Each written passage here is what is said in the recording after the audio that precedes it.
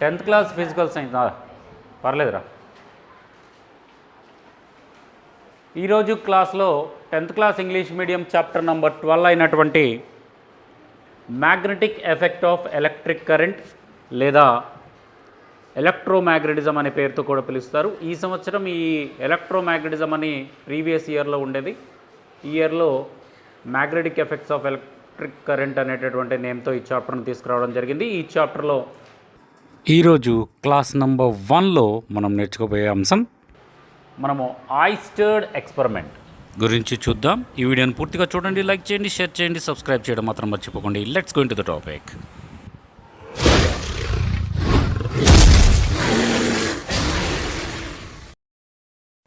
Welcome back friends, welcome back to techno science club. ఆయిస్టర్డ్ experiment. A great scientist ఆయిస్టర్డ్ అనేటటువంటి scientist, ఇతను 1777 నుంచి 1851 మధ్య జీవించడం జరిగింది. ఇతను ఎలక్ట్రోమ్యాగ్నెటిజం పైన చాలా రకాలైనటువంటి ఎక్స్పెరిమెంట్స్ చేశాడు. He was a scientist that 19th century belongs to 19th century, played a certain role in understanding electromagnetism. In 1820, he discovered that a compass needle get deflected when electric current passed through the metallic wire placed nearby. Through his observation, Oersted shows that electricity and magnetism were related phenomena. His research later created a technologies such as radio, television and fiber optics, etc. The units of electric field strength is named on the name of Oersted in his honor. అతని గౌరవార్థం మనకి magnetic field strength అనేటటువంటి ఒక ఫినామినాకి units oysters అని పెట్టడం జరిగింది. Magnetic field strength అనేటటువంటి ఒక ఫినామినాకి యూనిట్స్గా అతని పేరును పెట్టడం జరిగింది. ఆయిస్టర్ అనే పేరును పెట్టడం జరిగింది అతని యొక్క జ్ఞాపకార్థం. ఇతను 1820లో ఒక చిన్న యాక్టివిటీ చేశాడు. అతనికి ఏదో డౌట్ వచ్చింది, ఏమైనా ఎలక్ట్రిసిటీకి మ్యాగ్నెటిజంకి మధ్య సంబంధం ఉందా అని డౌట్ వస్తే అతను ఒక వైర్ని తీసుకొని ప్లగ్లో పెట్టి ఆ వైర్ గుండా ఎలక్ట్రిసిటీ పాస్ అయ్యేటట్టు చేశాడు. అతను ఏం చేశాడంటే వైర్ పైన ప్లాస్టిక్ కోటింగ్ ఉంటుంది కదా, ఆ ప్లాస్టిక్ కోటింగ్ తీసేయకపోయినా పర్లేదు, తీసేసి ట్రై చేశాడు. అది ఒక వైర్ గుండా ఎలక్ట్రిసిటీ పాస్ అవుతుంది. ఆ వైర్ దగ్గరికి ఒక మ్యాగ్నెటిక్ నీడిల్ ఉండేటటువంటి కంపాస్ని పెట్టారు. కంపాస్ అంటే మనకి మధ్యలో ఒక మ్యాగ్నెట్ ఉంటుంది, ఒక నీడిల్ లాంటిది ఉంటుంది. అది ఎప్పుడు కూడా నార్త్ సౌత్ డైరెక్షన్ చూపిస్తూ ఉంటుంది రౌండ్గా. కంపాస్ అంటాం దాన్ని. ఆ కంపాస్ని ఎలక్ట్రిసిటీ పాస్ అవుతున్నటువంటి, ఇక్కడ చూడండి, ఫిగర్ చూడండి, ఈ వైర్ XY అనేది ఎలక్ట్రిసిటీ పాస్ అవుతున్నటువంటి ఒక వైర్. బ్యాటరీ నుంచి తీసుకొచ్చారు. అమ్మీటర్ ఎంత కరెంట్ పాస్ అవుతుందో కనిపిస్తుంది. కొంచెం రెసిస్టెన్స్ ఏదైనా పెట్టారు. XY గుండా ఎలక్ట్రిసిటీ పాస్ అవుతుంది డౌన్వర్డ్ డైరెక్షన్లో, కింది వైపు. ఆ పాస్ అవుతున్నటువంటి వైర్కి మధ్యలో ఒక అట్ట తీసుకొని ఆ అట్టకి మధ్యలో హోల్ చేసి దాని నుంచి వైర్ని తీసుకొచ్చాడు. ఆ వైర్కి పైన ఉన్న ప్లాస్టిక్ లేయర్ తీసేశాడు. స్విచ్ ఆన్ చేశాడు. ఈ ఎలక్ట్రిసిటీ వైర్ గుండా పాస్ అవుతుంది. ఈ ప్యాడ్ యొక్క పైనుంచి కింద దాకా ఎలక్ట్రిసిటీ పాస్ అవుతుంది ఆ హోల్ నుంచి. ఆ ఎలక్ట్రిసిటీ పాస్ అవుతున్నటువంటి వైర్కి దగ్గరలో ఒక చిన్న మ్యాగ్నెటిక్ నీడిల్ లేదా దీన్ని కంపాస్ అంటాం. ఈ కంపాస్ని కనుక పెట్టినట్లయితే కంపాస్ డిఫ్లెక్ట్ అవుతుంది, కదలటం స్టార్ట్ అవుతుంది. ఎప్పుడు కదులుతుంది కంపాసు? మనం అటు ఇటు తిప్పితే కదులుతుంది, ఎందుకంటే నార్త్ సౌత్ డైరెక్షన్ చూపిస్తుంది కాబట్టి. లేదా కంపాస్ని అలా పెట్టామనుకో, దానంతట అది కదలదు. ఎప్పుడు నార్త్ సైడ్ సౌత్ సైడ్ చూపిస్తూ అలా ఉంటుందండి. ఎటువైపు నార్త్ సైడ్ ఉందో ఎటువైపు సౌత్ సైడ్ ఉందో చూపిస్తుంది, అలాగే స్టే అవుతుంది కదలకుండా. నీడిల్ అనేది నార్త్ సైడ్ సౌత్ వైపు చూపించి అలా నిలబడుతుంది. ఎప్పుడైతే ఈ కంపాస్ని ఎలక్ట్రిసిటీ పాస్ అవుతున్నటువంటి తీగ దగ్గరకు, మరి ఆనించలేదు, టచ్ చేయలేదు, కొంచెం దగ్గరకు తీసుకురాగానే కొంచెం మనమేం కదిలించలా, జస్ట్ అలా నెట్టాం దగ్గరికి. అప్పుడు ఆ ఎలక్ట్రిక్ నీడిల్ అనేది డిఫ్లెక్ట్ అవుతుంది, కదులుతుంది అటు ఇటు. ఎప్పుడు డిఫ్లెక్ట్ అవుతుంది అంటే, ఒక మ్యాగ్నెట్ ఎప్పుడు కదులుతుందంటే వేరే ఏదైనా మ్యాగ్నెటిక్ ఫీల్డ్ దాని మీద పడితే. ఒక మ్యాగ్నెట్ తీసుకున్నాము, బల్ల మీద పెట్టాం, ఆ మ్యాగ్నెట్ని టచ్ చేయకుండా కదిలించమన్నాం. ఏం చేస్తాం మనము, ఇంకొక మ్యాగ్నెట్ తీసుకొని దాని సౌత్ సైడ్, మీకు చిన్నప్పుడు నేర్చుకున్నారు, నార్త్ పోల్ రిపెల్ చేసుకుంటాయి, సౌత్ పోల్ రిపెల్ చేసి, సేమ్ పోల్స్ అయితే ఒకదాన్నొకటి నెట్టుకుంటాయి. చిన్నప్పుడు నేర్చుకున్నారు, గుర్తుందా? మ్యాగ్నెట్కి 2 పోల్స్ ఉంటాయి, నార్త్ పోల్, సౌత్ పోల్ ఉంటాయి. సేమ్ పోల్స్ అయితేనేమో రిఫ్లెక్ట్ అవుతాయి, అదే డిఫరెంట్ పోల్స్ అయితేనేమో అట్రాక్ట్ అవుతాయి అనే విషయాన్ని మీరు చిన్న తరగతుల్లో నేర్చుకున్నారు. ఒక మ్యాగ్నెట్ని బల్ల మీద పెట్టి దాన్ని చేతితో పట్టుకోకుండా, బల్లను కదపకుండా కదిలించండి అంటే, ఇంకొక మ్యాగ్నెట్ తీసుకొని దాన్ని నార్త్ పోల్ డైరెక్షన్ కానీ లేదా సౌత్ పోల్ దగ్గర కానీ తీసుకెళ్తే, అట్రాక్ట్ అయితేనేమో లాగబడుతుంది, రిపెల్ అయితేనేమో నెట్టివేయబడుతుంది. మనం కదిలించకుండానే దాన్ని కదిల్చామా, అట్రాక్షన్ అండ్ రిపల్షన్ ఫోర్స్ వల్ల కదిలించాం. సో ఈ కంపాస్లో కూడా మ్యాగ్నెట్ ఉంటుంది, చిన్న మ్యాగ్నెట్, ఒక చిన్న నీడిల్ పైన అలా చిన్న సువ్వలాగా ఉంటుంది, దానిపైన మ్యాగ్నెట్ ఇలా తేలుతూ ఉంటుంది. ఎప్పుడు మ్యాగ్నెట్ని ఒక వేలాడ తీస్తే మనము నార్త్ సైడ్ సౌత్ సైడ్ చూపిస్తుంది కాబట్టి, ఈ కంపాస్లో కూడా నార్త్ సైడ్ సౌత్ సైడ్ చూపిస్తూ అలా ఉంటుంది.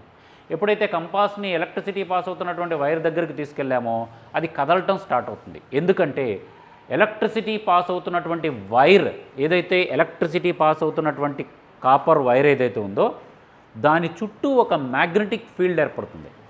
ఎలక్ట్రిక్ ఫీల్డ్ ఉంటుంది, ఎలక్ట్రిసిటీ పాస్ అవుతుంది కాబట్టి ఎలక్ట్రిక్ ఫీల్డ్ ఉంటుంది. ఎలక్ట్రిసిటీ పాస్ అవుతున్నటువంటి వైర్ చుట్టూ ఒక మ్యాగ్నెటిక్ ఫీల్డ్ కూడా ఉంటుంది. ఆ మ్యాగ్నెటిక్ ఫీల్డ్ లోపలికి మనము ఏదైనా ఇంకొక మ్యాగ్నెట్ని కనుక తీసుకొస్తే అది కదలటం జరుగుతుంది, డిఫ్లెక్ట్ అవ్వడం జరుగుతుంది. ఎందుకంటే వాటి మధ్య అట్రాక్షన్ ఫోర్స్ లేదా రిపల్షన్ రెండు మ్యాగ్నెట్ లాగా అవుతాయి అన్నమాట. అప్పుడు ఈ కంపాస్లో ఒక మ్యాగ్నెట్ ఉంది, ఎలక్ట్రిసిటీ పాస్ అవుతున్నటువంటి వైర్ కూడా ఒక మ్యాగ్నెట్ లాగా బిహేవ్ చేస్తుంది. ఎలక్ట్రిసిటీ పాస్ అవుతున్నటువంటి ఏ మెటల్ అయినా సరే మ్యాగ్నెట్ లాగా బిహేవ్ చేస్తుంది. బాగా గుర్తుంచుకోండి, ఎలక్ట్రిసిటీ పాస్ అవుతున్నటువంటి ఏ మెటల్ అయినా సరే మ్యాగ్నెట్ లాగా బిహేవ్ చేస్తుంది. దాని చుట్టూ మ్యాగ్నెటిక్ ఫీల్డ్ ఉంటుంది. వేరే మ్యాగ్నెట్ని దాని దగ్గరకు తీసుకొస్తే అట్రాక్ట్ అవ్వటమో లేదా రిపెల్ అవ్వటమో జరుగుతుంది. యాక్చువల్లీ ఎలక్ట్రిసిటీ పాస్ అవుతున్నటువంటి వైర్ మ్యాగ్నెట్ కాదు, కానీ ఎలక్ట్రిసిటీ పాస్ అవ్వటం వల్ల దానికి ఏ శక్తి వచ్చింది, మ్యాగ్నెట్ లాంటి శక్తి వచ్చింది.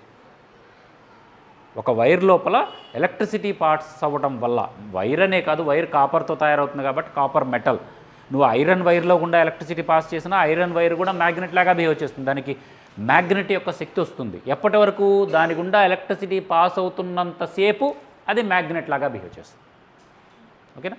ఈ విషయాన్ని ఆయిస్టర్డ్ కనుక్కున్నాడు. ఎప్పుడైతే ఈ చిన్న కంపాస్ని దాని దగ్గర తీసుకెళ్ళాడు, కంపాస్లో ఉన్న మూవ్ అవుతుంది. ఎందుకు మూవ్ అవుతుందంటే వేరే మ్యాగ్నెటిక్ ఫీల్డ్ ఏదో ఉంది, అందువల్ల కంపాస్లో ఉన్న ముళ్ళు కదులుతుంది. ఆ మ్యాగ్నెటిక్ ఫీల్డ్ ఎక్కడి నుంచి వచ్చిందంటే ఈ కరెంటు పాస్ అవుతున్నటువంటి వైరే మ్యాగ్నెట్ లాగా బిహేవ్ చేసి ఈ కంపాస్లో ఉన్నటువంటి ముళ్ళుని కదిలించింది అనే విషయాన్ని ఆయిస్టర్డ్ చెప్పడం జరిగింది. అంటే ఎలక్ట్రిసిటీ పాస్ అవుతున్నటువంటి ఏ మెటల్ అయినా సరే మ్యాగ్నెట్ లాగా బిహేవ్ చేస్తుంది, దాని చుట్టూ మ్యాగ్నెటిక్ ఫీల్డ్ ఉంటుంది. ఎలక్ట్రిసిటీకి మ్యాగ్నెటిజంకి మధ్య సంబంధం ఉంది. There is a relation between the two phenomenas, that is electricity and magnetism.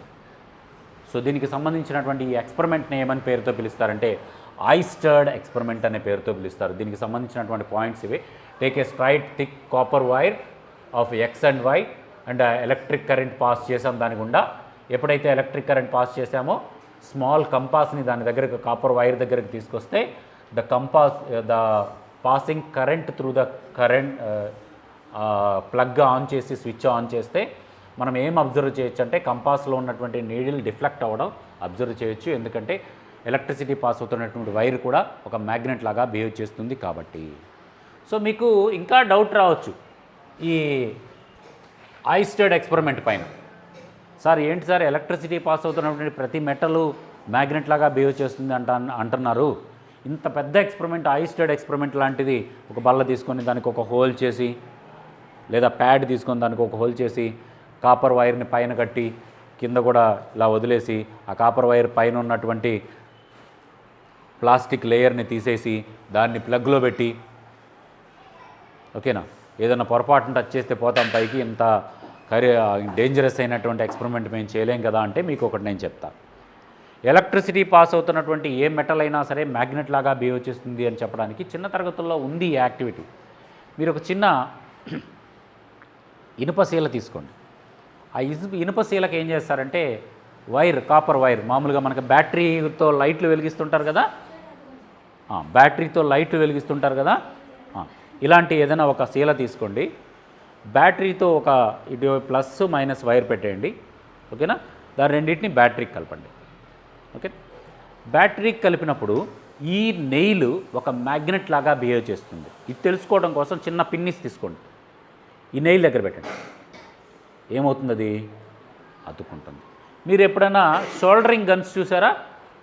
Soldering guns చూసుంటారు కదా, షోల్డరింగ్ చేస్తారు గన్స్. ఆ షోల్డరింగ్ గన్ దగ్గరికి చిన్న పిన్నిస్ని తీసుకొచ్చినా అతుక్కుంటాయి. లేదా కొంచెం సేపు టెస్టర్లు ఉంటాయి మన దగ్గర, టెస్టర్లు కానీ లేకపోతే స్క్రూ డ్రైవర్లు కానీ ఉంటాయి. ఆ స్క్రూ డ్రైవర్లు మనం ప్లగ్లో పెట్టి కొంచెంసేపు బయటకు తీసి చిన్న పిన్నిస్ని దాని దగ్గర తీసుకొస్తే అంతుకుంటాయి. అదేంటి సార్, మరి ఎలక్ట్రిసిటీ పాస్ అవుతున్నంతసేపే కదా ఈ మెటల్ మ్యాగ్నెట్ లాగా బిహేవ్ చేసేది అన్నారు కదా. మరి ప్లగ్లో పెట్టి ఒక స్క్రూ డ్రైవర్ని ప్లగ్లో పెట్టి కాసేపు ఇట్లా పట్టుకుంటే షాక్ ఏం కొట్టదు. ప్లగ్లో పెట్టి స్విచ్ ఆన్ చేసినా కూడా షాక్ కొట్టదు. లైట్ వెలుగుతుందా లేదా టెస్టర్ లాగా ఉపయోగపడుతుంది, కరెంట్ పాస్ అవుతుందా లేదా తెలుసుకోవడానికి. మనం బయటకు తీసిన తర్వాత కూడా చిన్న పిన్నిస్ని దాని దగ్గర తీసుకొస్తే అతుక్కుంటాయి. కొంచెం సేపు దాని మ్యాగ్నెటిక్ ఫీల్డ్ వెంటనే కోల్పోదనమాట. ఎప్పుడైతే ఒక మెటల్ గుండా ఎలక్ట్రిసిటీ పాస్ అయిందో, మెటల్ గుండా ఎలక్ట్రిసిటీ పాస్ అయిందో అది ఒక మ్యాగ్నెట్ లాగా బిహేవ్ చేస్తుంది. దానికి మ్యాగ్నెట్ యొక్క శక్తి వస్తుంది. ఎప్పుడైతే స్విచ్ ఆఫ్ చేసావో వెంటనే ఆ మ్యాగ్నెటిక్ శక్తి కోల్పోదు. అది కొంచెం స్లోగా కోల్పోతుంది, నెమ్మదిగా. 1 నిమిషం 2 నిమిషాలకి దాని మ్యాగ్నెట్ లాంటి శక్తి కోల్పోతుంది, ఓకేనా. సో ఎలక్ట్రిసిటీ పాస్ అవుతున్నంతసేపు ఏ మెటల్ అయినా సరే మ్యాగ్నెట్ లాగా బిహేవ్ చేస్తుంది, రైట్. ఇదే ఆయిస్టర్డ్ ఎక్స్పెరిమెంట్గా. ఈ ఆయిస్టర్డ్ ఎక్స్పెరిమెంట్ అనేది మనకి 4 మార్క్స్ క్వశ్చన్గా చాలా ఇంపార్టెంట్. సో ఈ డయాగ్రామ్ వేయాలి, ఇక్కడ ఉన్నటువంటి పాయింట్స్ రాయాలి. ఈ ఫస్ట్ 3 పాయింట్స్, ఫస్ట్ 4 పాయింట్స్ రాయాలి. దాని కింద కూడా పాయింట్స్ ఉంది చూడండి. ఇక్కడ when magnetic leakage defected, what do you mean? That means ఇక్కడ నుంచి, that means the electric current through the copper wire has produced magnet. ఇది కూడా రాయాలి మీరు ఆ క్వశ్చన్ కింద. క్వశ్చన్ ఇస్తే ఆన్సర్ దీంట్లోనే ఉంటుంది చూడండి. ఆయిస్టర్డ్ ఎక్స్పెరిమెంట్ని వివరించండి అని క్వశ్చన్ ఇచ్చారు. డయాగ్రామ్ వేస్తారు, ఫస్ట్ పాయింట్ రాస్తారు, సెకండ్ పాయింట్ కూడా రాస్తారు, థర్డ్ పాయింట్ కూడా రాస్తారు, ఫోర్త్ పాయింట్ కూడా అబ్జర్వ్ రాస్తారు. తర్వాత ఇక్కడి నుంచి రాయాలి ద ఎలక్ట్రిక్ కరెంట్, ఇది కూడా రాయాలి 5th పాయింట్గా. The electric current through the copper wire has produced a magnetic effect. Thus, we can say that, ఈ పాయింట్ కూడా రాయాలి, we can say that electricity and magnetism are linked each other. Then, what about the reserved possibility of electric effect of moving magnets? సరే, ఇప్పటి వరకు ఆయిస్టర్డ్ experiment ప్రకారము మనము electricity pass అవుతున్నటువంటి ఏ metal అయినా సరే మ్యాగ్నెట్ లాగా బిహేవ్ చేస్తుంది అనేది ఈ ఆయిస్టర్డ్ ఎక్స్పెరిమెంట్ లాగా వల్ల చూసాము. వేరే మ్యాగ్నెట్ దాని దగ్గర తీసుకొస్తే అది కదులుతుంది, దాని అట్రాక్షన్ అండ్ రిపల్షన్ వల్ల అని చూసాము ఆయిస్టర్డ్ ఎక్స్పెరిమెంట్. ఈ 5 పాయింట్లు మనం ఆయిస్టర్డ్ ఎక్స్పెరిమెంట్ బొమ్మ వేసి రాస్తే సరిపోతుంది. Please like, share and subscribe. Thank you for watching. జై హింద్, వందే మాతరం.